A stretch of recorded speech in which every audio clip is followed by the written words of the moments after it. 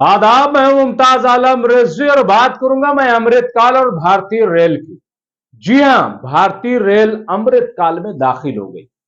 आप bullet train का तो बड़ा चर्चा आपने सुना होगा, हालांकि बुलेट ट्रेन आई नहीं है। बहुत सारी चीजें नहीं आई, ऐलान किया गया लेकिन आई नहीं है। हां, वंदे भारत जरूर अब लॉन्च की जा रही है। अभी तक नीले कलर में थी, अब भगवा कलर में आ रही, क्योंकि 2024 का चुनाव आ रहा है और चुनाव जो है वो धार्मिक बुनियादों पर लड़ा जाएगा। लेकिन रेलवे कहां पहुंच गई इसका आपको शायद अंदाजा ना हो।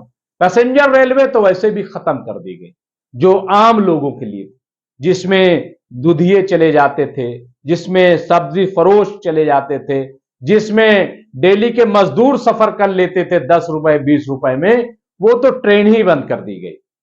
अब वंदे भारत चलाई जा रही है, यानी जहां किराया 100 रुपए था, 200 रुपए, उसका किराया 800 रुपए कर दिया। अभी लखनऊ से गोरखपुर जो ट्रेन चली है वंदे भारत, वो पहले लखनऊ से गोरखपुर 5 घंटे में पहुंचाती थी, अब शायद 4 या 4.5 घंटे में पहुंचाएगी वंदे भारत। लेकिन उसका किराया आप सुनेंगे तो हैरान रह जाएंगे। किराया जो है वो जहां 200 रुपए लगते थे, अब 800 रुपए लगेंगे, बल्कि 1800 रुपए तक किराया लगेगा वंदे भारत का। खैर, ये भी ठीक है, चलिए आप नए अंदाज में चीजें ला रहे हैं, ट्रेन ला रहे हैं, वो सब क्यों आ रहा है सब आपको पता है। लेकिन जो तस्वीर अमृतकाल में ट्रेन की नजर आ रही, अभी आपने कुछ ही दिन पहले देखा होगा कि कोच में स्लीपर नहीं, जनरल नहीं, बल्कि एसी सेकंड क्लास के कोच में छत से पानी आ रहा था, बारिश का बहुत तेज आ रहा था, और वहां जो पैसेंजर बैठे थे दो चार, वो कैसे सिकुड़े सिमटे थे वो आपने देखा होगा। ये सवाल किया गया कि ये कौन सा डेवलपमेंट है? क्या ये झरना जो है वो ट्रेन में लगा दिया गया? क्या ट्रेन मॉडर्न वाकई हो गई है? सरकार की तरफ से कोई जवाब नहीं आया।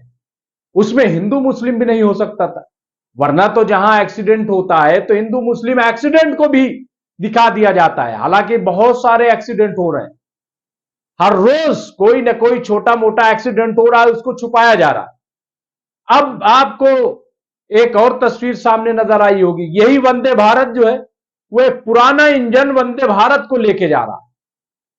पुराना इंजन इस वंदे भारत को घसीट कर लेके जा रहा है। ये कौन सा इंजन है भाई?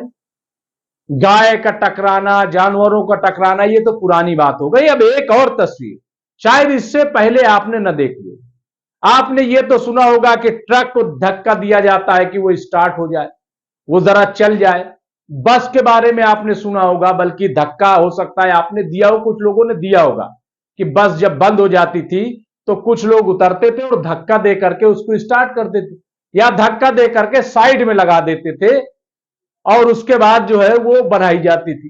तो इस तरीके ठेलों को आपने, बैलगाड़ियों को धक्का देते सुना होगा। लेकिन क्या आपने कभी ये देखा है, ऐसी कोई तस्वीर आपके सामने आई हो कि ट्रेन को धक्का दिया जाता हो? क्या ऐसी तस्वीर? जी नहीं आई। लेकिन अमृत काल में ऐसी तस्वीर आ गई सामने।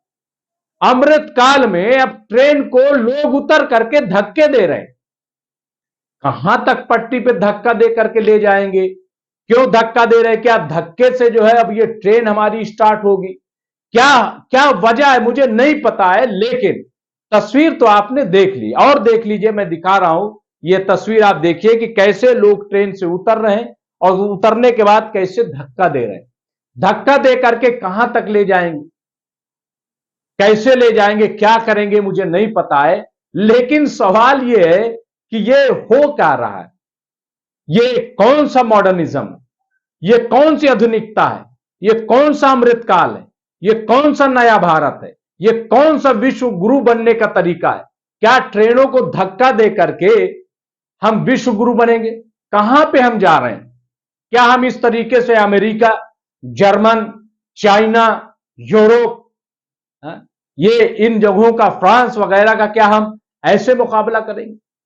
सिर्फ एक ही चीज में महारत है, वो ये है कि योगा करवा लीजिए, वो ये है कि दंगा करा लीजिए आप, वो ये है कि गौ रक्षा के नाम पे मारपीट करा लीजिए, या तो ये ऐलान करवा लीजिए कि हमने राम मंदिर बनवा दिया, हमने 370 खत्म कर दिया, हमने 3 तलाक जो है वो बंद करवा दी, हमने ये कर दिया वो कर दिया। लेकिन जब डेवलपमेंट की बात आती है तो वहां पे सरकार, मोदी सरकार शून्य क्यों हो जाती है, ये बड़ी हैरत की बात।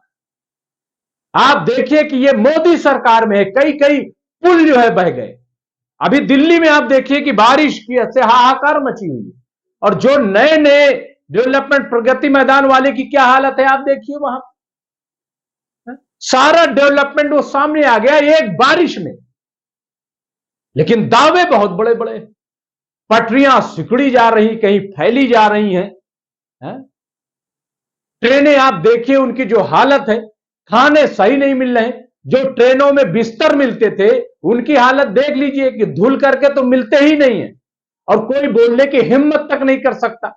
लेकिन हम विश्व गुरु बन रहे हैं, हम अमृत काल में दाखिल हो गए, अमृत काल चल रहा है, नई संसद हमारी बन गई। अभी पोल खुलेगी नई संसद की भी, वहां कितने घपले घोटाले हुए हैं, जो 22,000 करोड़ लगाए, इसकी भी पोल सामने खुल करके आ जाएगी कि ये ऐसा क्यों हुआ और इसमें कितना घोटाला हुआ। खर्च 12,000 करोड़ हुआ है कि 22,000 करोड़ हुआ, लेकिन जल्दबाजी है, बहुत बहुत तेजी है। और राम मंदिर भी जो बन रहा है अयोध्या में, उसमें से भी कई बार घपलेबाजी की खबरें आती हैं कि वहां पर भी बहुत बड़े पैमाने पर घोटाला हो रहा है।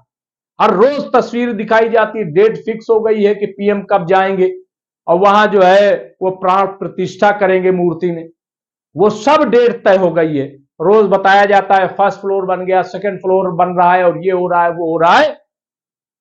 लेकिन ये जो सवाल है बहुत बड़ा डेवलपमेंट का, हम नहीं कर रहे हैं महंगाई की बात की, अदरक जो है 400 रुपए किलो हो गई, टमाटर 200 रुपए किलो हो गया है? दाल की कीमतें कहां आसमान छू गई हैं, ये सब हम बात ही नहीं कर रहे हैं। और जो मसाले कितने महंगे हो उसको तो शायद लोगों को पता ही नहीं, उसका कोई चर्चा ही नहीं। बेरोजगारी का जो आलम है उसकी भी कोई चर्चा नहीं। बेरोजगारी तो अब कोई कह रहे हैं बेरोजगार लोग कहां, कोई हर आदमी तो काम कर रहा है। अब ये परसेप्शन एक बनाया गया। आर्थिक स्थिति हमारी क्या है उस पर भी कोई नहीं बात कर रहा है।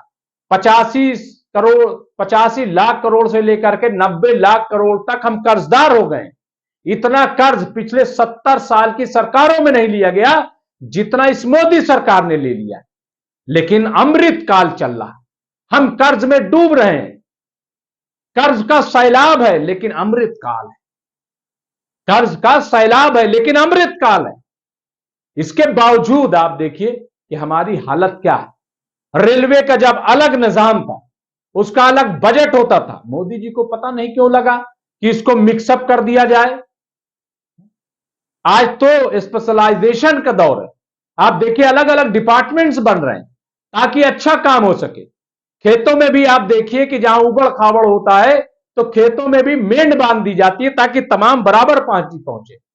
रेलवे जो न सिर्फ ये कि आर्थिकता की, भारत का जो आर्थिक व्यवस्था है उसकी रीढ़ की हड्डी थी, उसका अपना एक निजाम था, उसका अपना बजट था, और रेलवे से मुनाफा भी आने लगा था। जब लालू प्रसाद थे तो एक ऐसा मैकेनिज्म तैयार किया गया था कि आप देखिए कि उससे मुनाफा भी आने लगा था। लेकिन रेलवे को बेचा जाने लगा, प्लेटफॉर्म बेचे जा रहे हैं, रेलवे बेची जा रही है, और हालत क्या है आप देखिए। इसलिए यह सवाल उठेगा और सवाल उठना चाहिए कि रेलवे की हालत ऐसी क्यों कर दी, यतीम कर दिया रेलवे को, वरना यह दिन ना आते कि रेलवे को भी अब धक्के से चलाया जाता। बहरहाल देखना यह है कि क्या इसमें कोई तब्दीली आएगी या इसको भी कहा जाएगा कि नहीं वाह मोदी जी वाह, हर हर मोदी घर घर मोदी। ये तो बड़ा अच्छा है कि अब एक ड्राइवर नहीं है बल्कि कई ड्राइवर हैं। रोजगार, वैसे मुझे लग रहा है कि यह भी एक रोजगार होगा कि लोग जो है कई लोग चला रहे ट्रेन को धक्का देकर। कुछ तो कीजिए मोदी। बहुत बहुत शुक्रिया।